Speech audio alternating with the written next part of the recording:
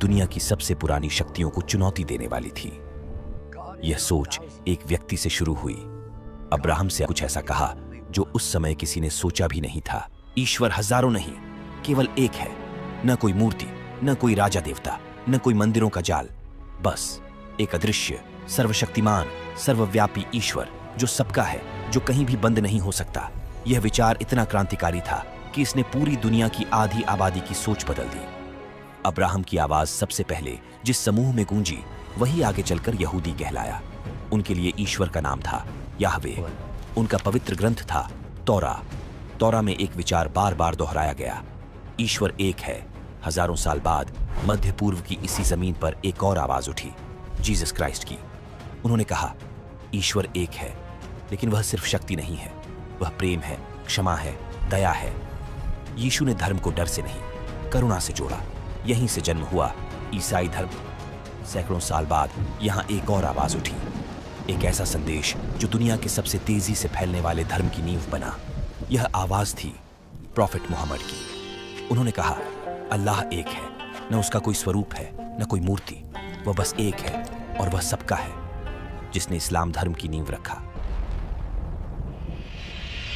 जब दुनिया एक ही ईश्वर की ओर बढ़ रही थी, उसी समय भारत में क्या हो रहा था? क्या भारत भी उस एक ईश्वर के रास्ते पर था, या यहां एक बिल्कुल अलग सोच पैदा हो रही थी जो भारत को विश्व गुरु बनाने वाली थी? जब दुनिया के दूसरे हिस्से में राजा अपने लिए जिगुरात और पिरामिड बना रहे थे, तब भारत की धरती पर 1900 ईसा पूर्व में एक अलग ही कहानी लिखी जा रही थी। इंडस वैली सिविलाइजेशन में यहां बड़े बड़े शहर तो थे, लेकिन हैरानी की बात यह है कि कोई भव्य मंदिर या बड़ी मूर्ति नहीं मिली। तो क्या ये लोग नास्तिक थे? बिल्कुल नहीं। इनका धर्म इमारतों में नहीं, पानी और पवित्रता में था। मोहनजोदड़ो में मिला विशाल स्नानागार, द ग्रेट बाथ, इसका सबूत है। इतिहासकार मानते हैं कि यह स्विमिंग पूल नहीं, बल्कि धर्म का केंद्र था। यहाँ लोग ईश्वर की पूजा करने से पहले अपने शरीर और मन को शुद्ध करते थे। यानी यहाँ धर्म मेसोपोटामिया में जिगुरत जैसे बने प्रदर्शन का नहीं था। लेकिन क्या वे किसी चेहरे को पूजते थे? हमें मिली मिट्टी की मोहरें एक गहरा इशारा करती हैं। एक मोहर पर एक योगी बैठा है, पद्मासन में। उसके 3 मुख हैं और वह जानवरों से घिरा है।